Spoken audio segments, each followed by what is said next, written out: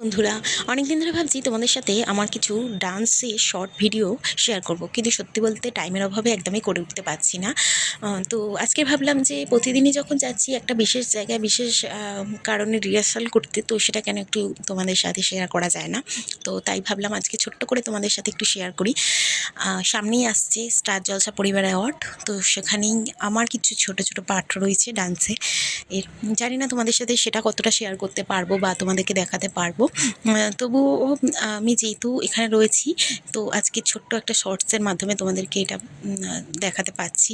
তো এটা হচ্ছিল একটা শুটিং স্পটে, মানে একটা স্টুডিওতে। তো সেখানে গেলাম, তারপরে মানে প্রতিদিনই যেমন রিহার্সাল হয় সেরকমই রিহার্সাল হচ্ছিল।